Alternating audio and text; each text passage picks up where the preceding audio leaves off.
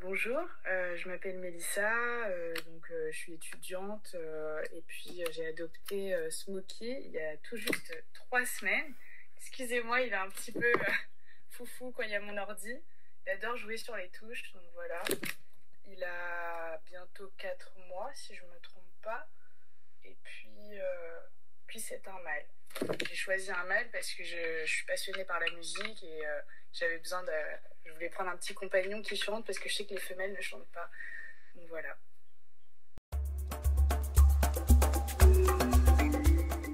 Avec Smokey, j'ai une vraie routine. Chaque journée, c'est toujours la même routine. Donc le matin, je viens le réveiller aux alentours de entre 9h et 10h. Voilà, je le sors de sa cage, il reste avec moi ou mon frère quand on a des occupations. Mais il est jamais seul durant la journée. Pendant les repas, il a sa petite table avec sa petite gamelle et il mange à côté de nous. Ensuite, on lui donne son bain soit le matin, soit en fin de journée en fonction de son envie et de nos occupations. Ensuite, le soir, il dîne avec nous encore une fois et puis... excusez-moi. Et puis, on le met à coucher donc entre 21h30 et 22h. Parce que vu que c'est un bébé, il a besoin qu'on lui donne un rythme en fait pour avoir un sommeil régulier. Donc on le couche assez tôt. Et si vous voulez une petite astuce, moi pour ma part avec Smokey, on lui met de la musique. Et ça l'aide à se calmer, à s'endormir. Il faut le mettre vraiment dans le noir.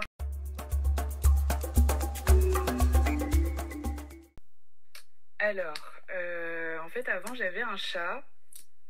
Mais bon, je sais que j'habite chez mes parents, donc j'ai toujours voulu avoir un chien ou un chat à la limite. Et j'ai eu un chat auparavant et malheureusement, il est décédé. Un chien, c'était hors de question parce que pour mes parents, c'était une grosse contrainte, de grosses responsabilités, enfin, devoir le sortir, etc. Et même pour les vacances, un peu compliqué.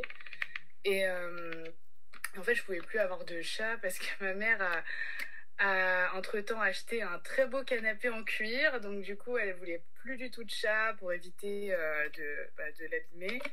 Et en fait, j'ai une copine qui s'appelle Audrey qui avait un petit pada comme ça. Et elle m'en a beaucoup parlé. Et c'est vrai que elle m'a expliqué que ça avait à peu près le caractère d'un chat ou d'un chien. Enfin, en tout cas, c'est un petit animal de compagnie qui s'attache aux humains.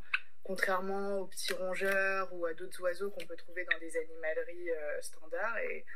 Et en fait, c'est simplement pour ça que j'ai adopté un pada parce que je trouve que c'est moins contraignant. Déjà, c'est attachant. Bon, au début, c'est pas très facile de le dresser, mais c'est comme tous les bébés animaux en fin de compte. Mais ça reste, c'est pas non plus très compliqué, quoi. Une fois, il a fait popo sur la tête de mon frère, mais sinon, à part ça, il fait pas vraiment de bêtises.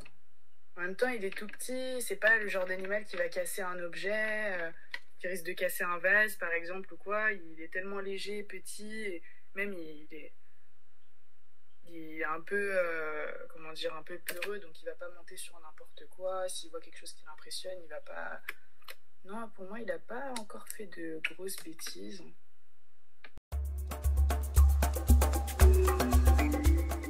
Non, j'ai plus d'animaux du coup, à part Smokey. Et c'est pour ça que je l'ai adopté.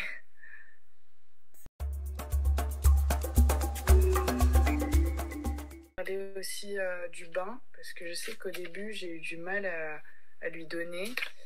Ce qu'il faut vraiment faire en fait quand on donne son bain au pada, il faut vraiment lui montrer que c'est pas une contrainte, que c'est pas faut que ce soit vraiment un plaisir pour lui. Donc du coup j'ai un espèce de petit bol, enfin pas vraiment un bol mais un support où je mets de l'eau à l'intérieur et puis je fais monter dessus, je lui dis tu montes et tout tranquillement et je lui fais croire que c'était comme si c'était un petit jeu en fait et je lui dis allez et tout et après il met sa tête dedans, après il se met dedans et puis Puis je lui dis c'est bien et tout, bravo, et il continue du coup. Donc il faut vraiment lui montrer que c'est comme un petit jeu et que, enfin, faut pas hésiter à le féliciter. Comme ça, il retient bien en fait ce qu'il faut faire et ne pas faire. Surtout ne pas oublier aussi de dire non quand il fait des bêtises, parce que ça c'est quelque chose, même si au début on n'y croit pas forcément, ça finit toujours par marcher. Au bout d'un moment, il comprend qu'il y a des endroits où il n'a pas le droit d'aller, qu'il y a des... Et au final, il commence à écouter. Par exemple, moi, je sais que chez moi, mes parents ne veulent pas qu'il mange sur la table parce qu'on a des casseroles et tout. Ça peut être dangereux. Et même, enfin, éviter qu'il fasse des crottes dans la nourriture. Du coup, on a une mini table pour lui qu'on met à côté. Et puis, à chaque fois qu'il monte sur la table, on lui dit non. Enfin, sauf quand tout le monde a fini de manger, là, oui, d'accord. Mais sinon, il comprend qu'il a son espace pour manger. Bon, après, chacun le dresse comme il veut, mais chez moi, voilà, c'est comme ça que ça s'est fait. Et voilà, surtout ne pas hésiter à féliciter votre pada et lui dire non quand il fait des bêtises.